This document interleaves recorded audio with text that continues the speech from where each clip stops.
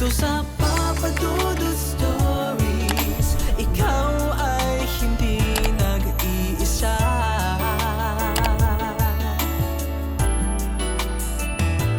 Dito sa Papa Dudut Stories, may nagmamahal sa'yo. Papa Dudut Stories, Papa Dudut Stories. Dear Papa Dudut, sa lahat po ng mga nakatutok ngayon, huwag pong kalimutan mag-like, mag-share at mag-subscribe. Maraming salamat po sa inyong lahat.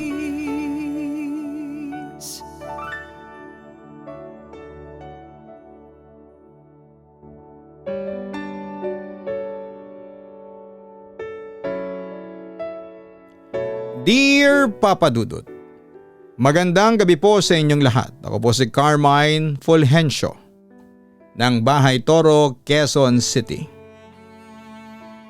At isa ko sa mga matatagal mo ng subscribers. Sumulat ako sa inyo para i-share sana sa inyo ang mga hindi ko makakalimutang mga karanasan na hindi ko akalain na pwedeng mangyari sa totoong buhay. O may halong kababalaghan ang kwento ko. At alam kong marami sa inyo ang mag-aalinlangan na maniwala. Ganun pa man, sa maniwala kayo o hindi ay totoong nangyari ito at kung pwede lamang ibalik ang nakaraan para hindi ko maranasan ay gagawin ko. Papa Dudut, bago ako magsimula ay gusto ko muna kayong tanungin kung naniniwala kayo sa mga manika na may buhay. Nagsimulang makaranas ako ng kababalaghan sa buhay noong nasa elementary pa lamang ako. Natatandaan ko foundation day noon at wala kaming klase. Nasa classroom lamang kami. Kwentuhan, yung iba naglalaro. Ako naman noon ay nakatunganga lamang sa may bintana pero hindi nagtagal. Ay nakaramdam ako ng boredom kaya nag-decide na ako na sumali sa kanila. Wala naman talaga kaming libangan bukod sa paglalaro. Kasi nga ay nasa elementary pa lamang kami kaya enjoy lamang ang life. Pero Papa Dudut, alam namin na hindi lang kami ang naglalaro dahil kahit na hindi namin sila makikita, nararamdaman namin ang kanilang presensya. Minsan nga ay nag-selfie yung mga kaklase ko sa room namin at hindi naman sa sinasadya na makuna namin ang lumitaw na kaluluwa. Alam namin na hindi yon tao kasi nga yung larawan ay kumikilos kaya kaluluwa talaga.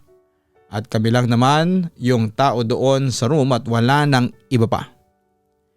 Samantala habang naglalaro kami ng ilang mga kaibigan ko, yung ibang kaklase naming naglalaro ay biglang nagkagulo at nagsipagtakbuhan. Nahinto ang paglalaro namin at nagtanong-tanong kami sa mga estudyante pero hindi raw nila alam ang mga nangyayari. Hanggang sa may napansin akong kakaiba sa loob ng classroom. Sa isang upuan ay nakita kong may nakaupong manika na para bang nakatitig sa akin. Maganda naman siya at malinis. At nang hawakan ko ay narealize kong magandang klaseng manika ito. Hindi ito yung tipikal na manikang gawa sa plastic, kundi gawa sa porcelain, ang ilang bahagi ng dal tulad ng ulo at mga kamay. Pero sa kabila ng magandang itsura ng manika, hindi ko maiwasan na kilabutan. Kaya naman binalik ko ulit ito sa upuan kung saan ito nakaupo at lumabas na ng classroom. Samantala habang nasa labas ay nakasalubong ko yung mga kaklase ko na tumatakbo palabas ng classroom namin. Nagstay muna kami sa school grounds at nagkwentuhan. Doon ko nalaman kung bakit sila tumatakbo kanina.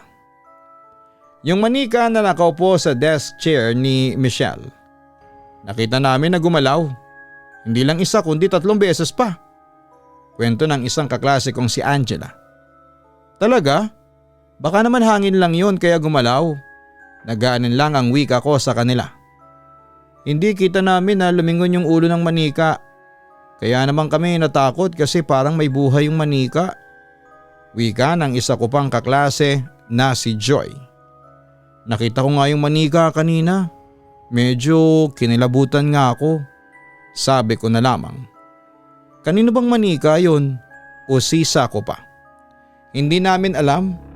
Nung pagpasok pa lang namin kaninang umaga, nakita na namin yon na nakaupo sa upuan ni Michelle. Sagot ni Angela. Pagkatapos naman ng kwentuhan namin ay nagtungo kami sa mga booth at rides na naroroon sa school grounds. Oo, pag foundation day namin may 2 rides na available para sakyan. Yung Caterpillar at yung Ferris wheel. Nag-enjoy lang muna kami ng mga kaklase ko sa mga rides.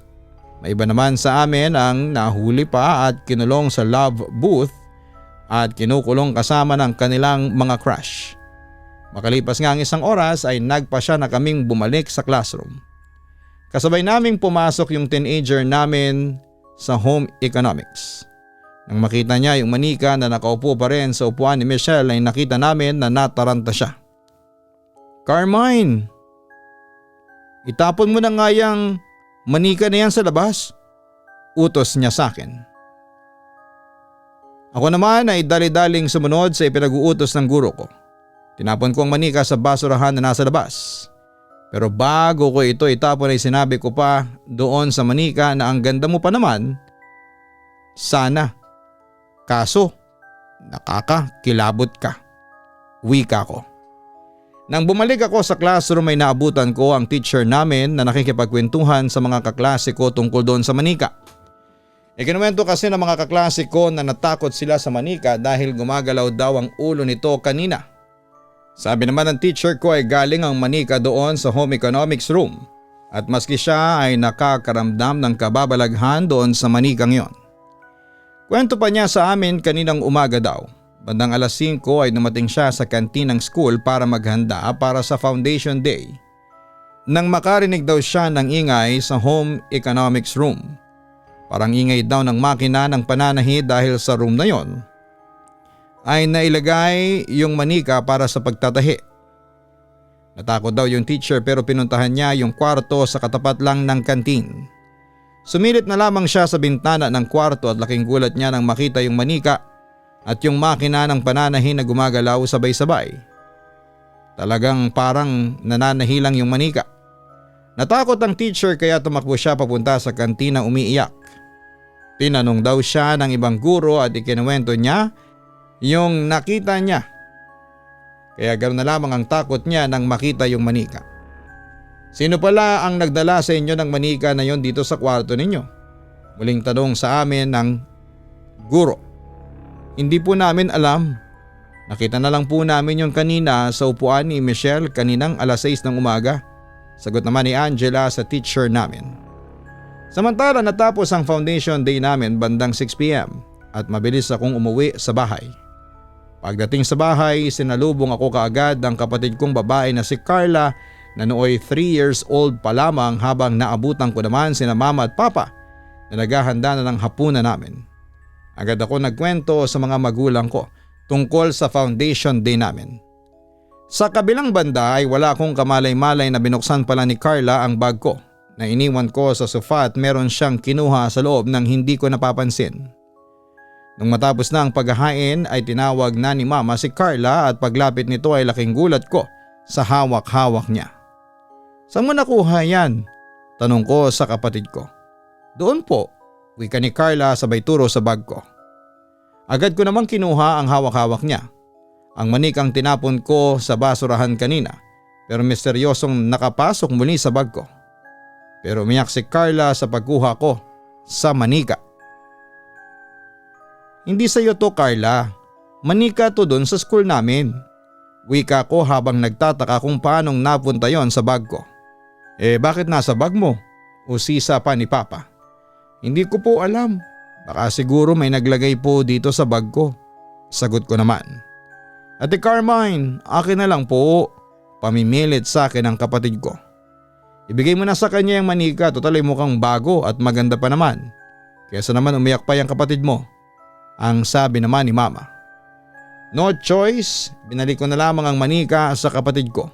Nanoy tuwang-tuwa sa bago niyang manika. Sa kabilang banda pagkatapos ng hapunan ay agad ako nag-text noon sa mga kaklase ko para tanungin kung sino ang naglagay ng manika sa bag ko pero ni isa sa kanila ay walang umamin. Samantala simula noong mapunta ang manika sa amin ay nagsimula na ang kababalaghan sa bahay namin. Hindi ko naman maitapon yung manika kasi iiyak ang kapatid ko. At hindi maniwala sina mama at papa na hindi sa akin ang manikang yon. Kaya hinayaan ko na lamang ang manika sa kapatid ko. Pero yon ang naging pagkakamali ko dahil simula nga noon ay maraming hindi ma-explain na paranormal phenomenon ang nangyari sa bahay namin. 10:35 PM noon. Mag-isa ako sa taas dahil nanonood pa kasi sina mama at Carla sa sala. Ginamit ko yung phone ko habang naka-charge. As usual ay nagbabasa ako ng mga horror stories. Hindi naman ako natatakot kahit mag-isa lamang ako. Pero noong gabing yon ay kakaiba dahil isang kwarto lang ang tinutulugan namin ni Carla. Naroroon sa kwarto ang mga laruan niya. At doon ay nakita ko yung manika na nakaupo at nakasandal sa headboard ng kama niya. Pinabayaan ko na lamang at nag-text na lamang ako noon sa mga kaklase ko at nakipagkwentuhan sa kanila. Uso pa noon yung mga GM o group message. Mamayang kaunti nagulat na lamang ako nang dahan-dahang bumukas ang pinto. Carla? Carla, ikaw ba yan? Tanong ko. Pero na-realize ko na nasa baba pa ang kapatid ko kasi narinig ko ang boses niya at kinakausap siya ni mama. So sino yung nagbukas ng pinto? Kinilabutan naman ako, Papa Dudut, ng paglingon ko sa kama ni Carla. Wala na doon ang manika. Kaya naman napabangon ako at lalabas na sana ng kwarto nang biglang may dumaan. Papa Dudut, napatras ako sa takot. Nakita ko kasi na may dumaang bata na may dalang manika. Tapos yung white bestida niya nagwe-wave pa sa pinto. Natakot na ako. This time, yung puso ko ay kumakabog na ng bonggang-bongga. Pero nagtapang-tapangan pa rin po ako. Dinadala ako ng mga paa ko palabas ng kwarto at nakita ko naman yung bata pero hindi na gaya ng dati. May kasama na siyang matanda. Mahaba ang buhok at nakayuko pa. Gusto kong sumigaw pero hindi ko magawang ibuka ang bibig ko. Umiyak na ako pero walang ingay na lumalabas sa bibig ko. Narinig ko sina mama at Carla sa baba pero hindi ko sila mahinga ng tulong kasi para na akong napipi. Mamayang kaunti ay umangat yung ulo ng bata, duguan at wala ng mata. Umangat rin yung ulo ng babae pero iba. Pula lamang ito na parang sinunog. Lumapit siya sa akin na nakabuka yung bibig na halos mapupunit na. Hindi ko na napigilan ang sarili ko at sumisigaw na ako ng napakalakas. As in abot sa kapitbahay yung lakas ng sigaw ko. Kumaripas ng takbo sina mama, papa at si Carla paakyat. Tinanong nila ako kung ano ang nangyari pero nanatili akong umiiyak. Nawala na yung babae at yung bata. Pero yung manika nasa sahig, nakaupo ito at parang nakatingin sa akin. Kinabukasan, ikinuwento ko sa kanila lahat at gusto kong ipatapon na ang manika. Pero hindi sila naniniwala sa akin. Hindi ko naman maitapon ang manika kasi palaging hawak ito ng kapatid ko at minsan ay sinubukan kong itapon ito sa basurahan. Pero agad itong hinanap ni Carla at nag-iiyak nang hindi niya mahanap ang manika. Ako agad ang pinagbintangan nila na nagtago daw ng manika. At nagalit pa si mama sa akin na kapag hindi ko binalik sa kapatid ko ang manika ay papaluin niya ako. Kaya no choice ako noon, Papa Dudut, kundi ang kunin ang manika at ibalik sa kapatid ko. Simula noon, Papa Dudut, lagi na akong binabangungot tapos makikita ko din na ang dalawang kamay ng manika na nakapoint sa akin, Papa Dudut. Sobrang takot ko noon pero hindi pa rin naniniwala yung mga parents ko. Tuwing gabi ay palagi akong nananaginip na sinasakal ng manika yung leeg ko tapos ay umiiyak ako pagkagising. Tapos kapag ako lang ang mag-isa sa kwarto ay pakiramdam ko talaga ay tinitignan niya ako. Kaya kapag nasa baba sina Carla ay nilalagay ko sa labas ng kwarto ang manika sa ibabaw ng drawer. Pero kahit na nasa labas yung manika ay ramdam ko pa rin na mayroong presensya pa rin sa loob ng kwarto ko na hindi ko nakikita. May pagkakataon pa nga na habang nanonood si Carla sa sala ng TV ay nilalabas ko ang manika sa kwarto at sinara ko ang pinto. Alam ko na nila ko yon, pero Papa Dudut, nagulat na lamang talaga ako nang bigla pa rin po itong bumukas. Tapos nakita ko na nakaupo ang manika sa harapan ng pinto. Yung mata talaga ay palaging nakatingin sa akin. Tinawag ko yung mama ko. "Ma, nakatingin na naman sa akin yung manika ni Carla." Pero binaliwala lang nila mama ang sumbong ko. Samantala sa naaalala ko pa, ay nilagay ko sa malayo yung manika. Minsan sa kwarto na mama at papa kapag lahat sila ay nasa baba habang ako naman ay nasa kwarto. Pero magugulat na lamang ako nang makikita kong nasa loob ulit siya ng kwarto kahit na walang kumukuha sa manika. May palagay ako na gumagalaw talaga ito para bumalik sa kwarto. Kinikilabutan talaga ako kapag kinukwento ko ito. Sa kabilang banda, isang araw ay dumalaw ang tiyahing ko kasama ang pinsan naming 4 years old na si Andrea. Spoiled itong pinsan kong ito at medyo masama ang ugali. Agad niyang nakita ang manika ni Carla at inagaw ito sa kapatid ko. Siyempre umiyak si Carla, pero sa halip na bawiin ang manika, sinabi na lamang ni mama sa kapatid ko na pahiramin na lang ang pinsan ko ng manika. Mamayang kaunti ay lumabas si na mama at tita at naiwan kami sa sala ni na Carla at Andrea. Mamayang kaunti biglang sumigaw si Andrea.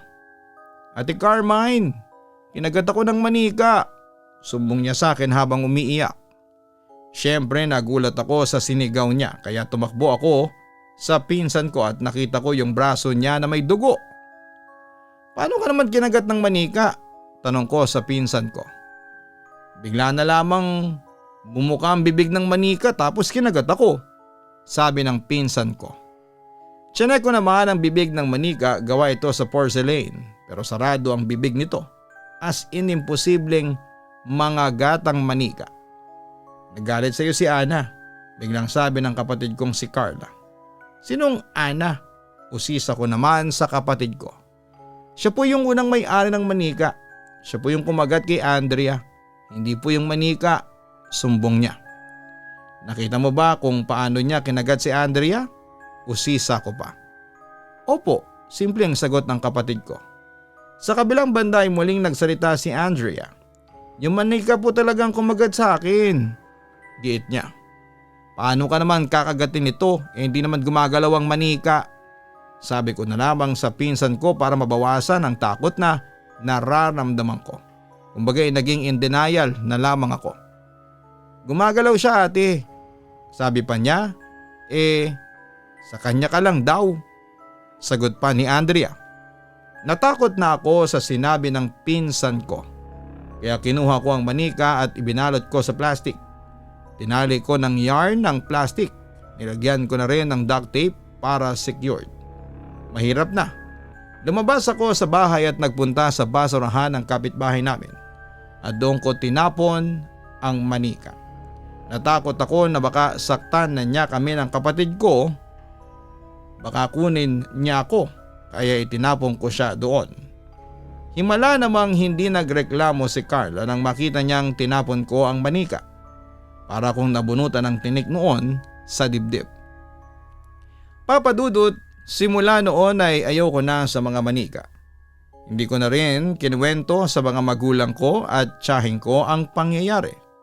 Sinabi ko na lamang na nagkasugat ang braso ni Andrea dahil nabasag yung ulo ng manika at yon ang tumusok sa kanya.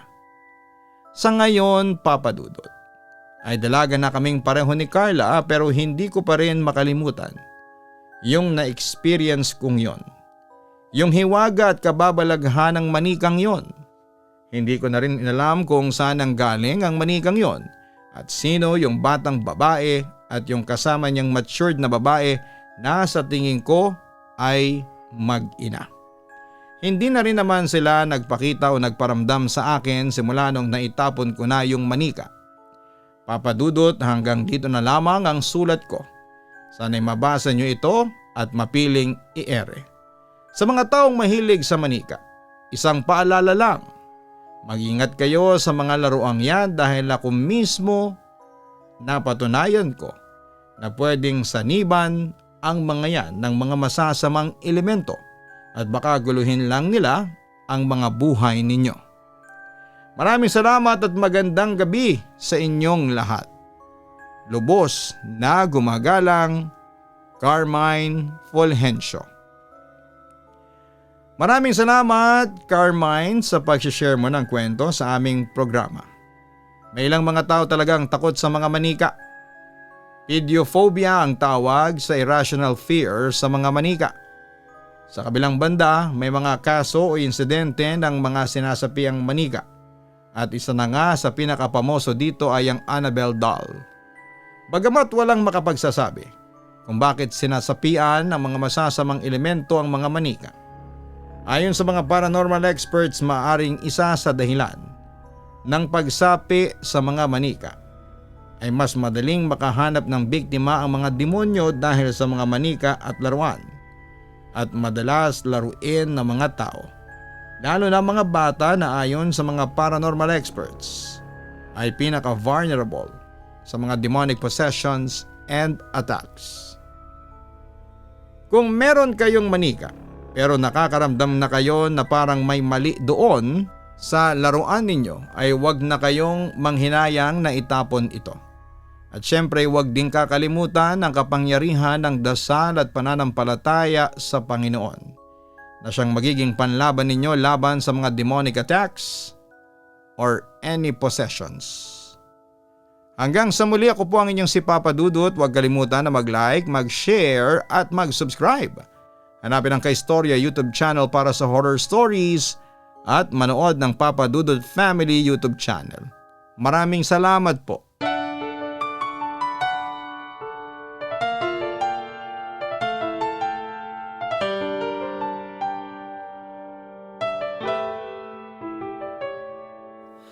Ang buhay ay mahiwaga, laging may lungkot at saya. Sa Papa Dudut Stories, laging may karamay ka.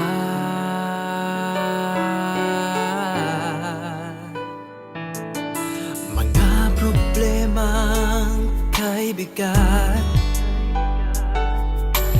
dito ay pakikinggan ka. Sa Papa Dudut Stories, kami ay iyong kasama.